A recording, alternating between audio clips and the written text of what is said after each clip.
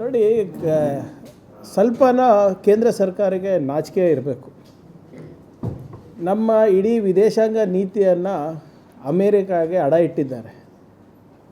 ನಮ್ಮ ಗೌರವವನ್ನು ಕೌಡೆಕಾಸು ಕಿಮ್ಮತ್ತು ಕೊಡ್ತಾ ಇಲ್ಲ. ಇವತ್ತು ನಿನ್ನೆ ತಾವು ಹೇಳ್ತಾ ಇರೋದು, ಒಬ್ಬ US ಡೆಪ್ಟಿ ಸೆಕ್ರೆಟ್ರಿ ಕ್ರಿಸ್ಟೋಫರ್ ಅಂತಿರಬೇಕು ಅಥವಾ ಕ್ರಿಸ್ ಅಂತಿರಬೇಕು ಅವ್ರ ಹೆಸರು, ಡೆಲ್ಲಿನಲ್ಲಿ ಹೊರಗೆ ಅಮೇರಿಕಾನಲ್ಲ ಡೆಲ್ಲಿನಲ್ಲಿ ಹೇಳ್ತಾರೆ, ನಾವು ಚೈನಾ ಜೊತೆ ಮಾಡಿದಂಥ ತಪ್ಪು ನಾವು ಭಾರತ ದೇಶದಲ್ಲಿ ಮಾಡೋಕ್ಕೆ ಹೋಗಲ್ಲ, ಭಾರತಕ್ಕೆ ನಾವು ಬೆಳಿಲಿಕ್ಕೆ ಬಿಡಲ್ಲ ಅಂತಾನೆ. ಎಲ್ಲಿ? ಇಲ್ಲಿ ದೇಶದಲ್ಲಿ. ಎಷ್ಟು ಗ್ರಾಂಟೆಡ್ ತೊಗೊಂಡಿದ್ದಾರೆ ನೋಡಿ ನಮ್ಮ ರಾಷ್ಟ್ರಕ್ಕೆ ಅವರು. ನಿನ್ನೆ US ಸೆಕ್ರೆಟರಿ ಆಫ್ ಟ್ರೆಷರಿ ಅಂದರೆ ನಮ್ಮ ಫೈನಾನ್ಸ್ ಮಿನಿಸ್ಟರ್ ಈಕ್ವಲೆಂಟು ಸ್ಕಾಟ್ ಅಂತ, ಅವರೇನು ಹೇಳ್ತಾರೆ, ನಾವು ಈ ಯುದ್ಧದ ಪರಿಣಾಮವಾಗಿ ಒಂದು 30 ದಿನ ಪರ್ಮಿಷನ್ ಕೊಟ್ಟಿದ್ದಾರಂತೆ ಇಂಡಿಯಾಗೆ, ರಷ್ಯಾದ ಕಚ್ಚಾ ತೈಲನ್ನು ಖರೀದಿ ಮಾಡೋಕ್ಕೆ ಪರ್ಮಿಷನ್. ಇವತ್ತು ಬೆಳಿಗ್ಗೆ ಇನ್ನೊಬ್ಬ ಅಧಿಕಾರಿ,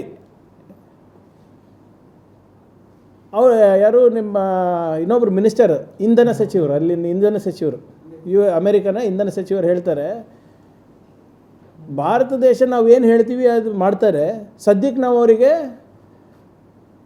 ರಷ್ಯಾದಿಂದ ಆಯಿಲ್ ತೊಗೊಳಕ್ಕೆ ನಾವು ಬಿಟ್ಟಿದ್ದೀವಿ ಅಂತ ಹೇಳ್ತಾರೆ. ಯಾರಿದು ಹೇಳ್ತಾ ಇರೋದು? ಹಾದಿಗೆ ಹೋಗೋರು ಬರೋರಲ್ಲ, ministers in the American government. ಎಲ್ಲಿ ಹೇಳ್ತಾ ಇದ್ದಾರೆ? ಅಮೇರಿಕಾದಲ್ಲಿ ಹೇಳ್ತಾ ಇದ್ದಾರೆ, ಪ್ರೆಸ್ನಲ್ಲಿ ಹೇಳ್ತಾ ಇದ್ದಾರೆ, ಇಲ್ಲಿ ನಮ್ಮ ನಮ್ಮ ಡೆಲ್ಲಿನಲ್ಲಿ ಹೇಳ್ತಾ ಇದ್ದಾರೆ. ಇದಕ್ಕೆ ಒಬ್ಬ ಮಿನಿಸ್ಟರನ್ನು ಎದೆಗಾರಿಕೆ ತೋರಿಸಿ ಅವ್ರು ಯಾರು ಹೇಳೋಕ್ಕೆ ನಮಗೆ?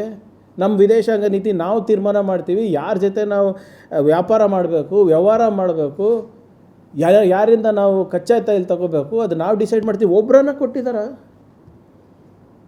ಇಸ್ರೇಲ್ ಇವರು ನಿನ್ನೆ ನೀವು ಇದು ನೋಡಿರಬೇಕು ಒಂದು ಚಾನೆಲ್ನಲ್ಲಿ, prime minister Modi has spread his legs for India ಅಂತ ಹೇಳ್ತಾರೆ.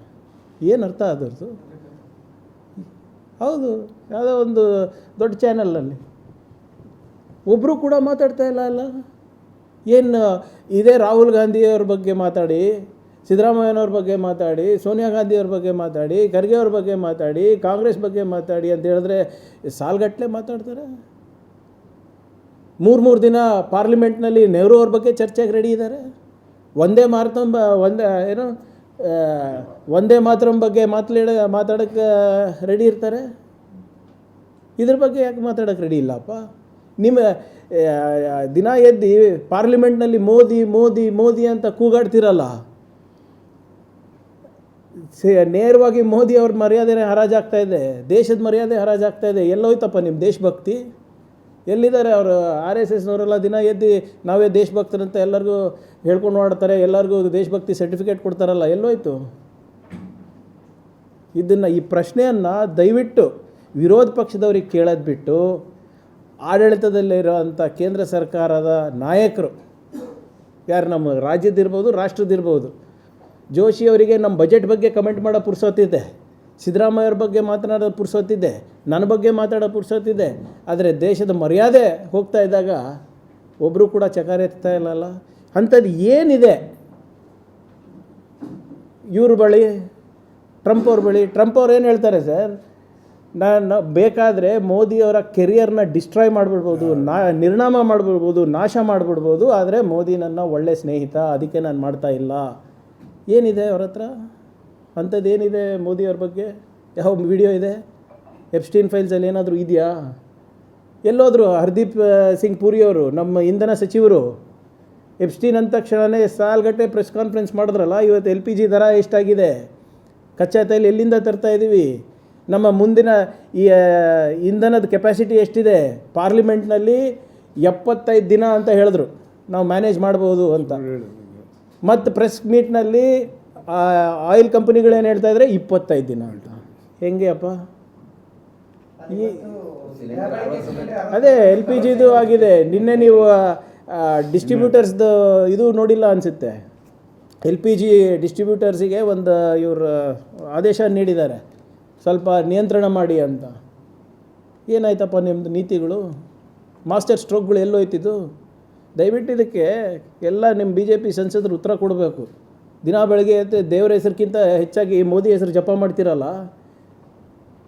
ಒಂದು 4 ಕಾಸು ಕೌಡೆ ಕಾಸು ಕೀಮತ್ ಉಳಿಸಿಲ್ಲ ನಮ್ಮ ದೇಶದ್ದು ಹೊರಗಡೆ. ಅದೇ sir, please ask the B J P MPs, B J P ministers who chant mister Modi's name every day. ಎಲ್ಲೋಯ್ತು ಮೋದಿಯವರು? ಎಲ್ಲಿದ್ದಾರೆ? ನಿಮ್ಮ ಮೋದಿಯವರಿಗೆ ಪಾಪ ಮೀಟ್ ಮಾಡಬಾರ್ದಂತಿಲ್ಲ. ನಿಮ್ಮ ಹೀರೋಯಿನ್ ಮದುವೆ ಆದ್ರಲ್ರಿ, ರಶ್ಮಿಕಾ ಮಂದಣ್ಣ ಅವರು ಮತ್ತು ಇನ್ನೊಬ್ಬ ವಿಜಯ್ ಅವ್ರಿಗೆ ಭೇಟಿಯಾಗ ಪುರ್ಸೊತ್ತಿದೆ. ಇಷ್ಟದ್ದು ಈ ನಮ್ಮ ದೇಶದ ಮರ್ಯಾದೆ ಹರಾಜಾಗ್ತಾ ಇದೆ, ಅದ್ರ ಬಗ್ಗೆ ಮಾತಾಡೋ ಪುರ್ಸೊತ್ತಿಲ್ವಾ? ಮೀಟ್ ಮಾಡಿ, ಅದರಲ್ಲೇನು ತೊಂದರೆ ಇಲ್ಲ. ಅವರೇ ಹೋಗಿ ಕೇಳ್ಕೊಂಡಿದ್ದಾರಾ, ಇವರೇ ಕರ್ಸ್ಕೊಂಡಿದ್ದಾರಾ, that is okay, it's your personal matter. But as prime minister of India, I will deeply appreciate your concern on the current crisis than going wishing for marriage. ನಾಳೆ ನೋಡಿ ಮತ್ತೆ ನಿನ್ನೆ ಸೆಮಿಫೈನಲಿಗೆ ವಿಶ್ ಮಾಡಿದ್ರು, ಅದಕ್ಕೆ ಪುರ್ಸೊತ್ತಿದೆ. ನಾಳೆ ಫೈನಲ್ ಇದೆ, ಆಲ್ ದ ಬೆಸ್ಟ್ ಅಂತಾರೆ ಬೆಳಿಗ್ಗೆ. ನೋಡ್ರಿ ನೀವು, ಒಳ್ಳೇದು, ಗೆಲ್ಬೋದು. ಅವ್ರು ಕಾಲಿಟ್ಟಾಗೆಲ್ಲ ನಾವು ಸೋತೀವಿ. ನಾನು ಹೇಳ್ತಾ ಇಲ್ಲಪ್ಪ, ಅಂಕಿಅಂಶ ನೋಡ್ರಿ. ಎಕ್ಸಾಂಪಲ್ ಅಲ್ಲ, ಡೇಟಾ ನೋಡ್ರಿ ಸರ್. ನಾವು ಯಾವತ್ತೂ without data I will not speak. ಅವ್ರ ಮ್ಯಾಚ್ ನೋಡಿದಾಗೆಲ್ಲ ಸೋತೀವಿ. ಆ ದೊಡ್ಡ ಸ್ಟೇಡಿಯಮ್ನಲ್ಲಿ ಇವಾಗ ಸರ್ದಾರ್ ಪಟೇಲ್ ಹೆಸರು ತೆಗೆದ್ಬಿಟ್ಟು ಅವ್ರ ಹೆಸರು ಇಟ್ಕೊಂಡ್ರು. ಆವಾಗ ಗೇಮ್ ಚೇಂಜ್ ಆಗಿಲ್ಲ, ಬರೀ ನೇಮ್ ಚೇಂಜ್ ಆಗ್ಯದ.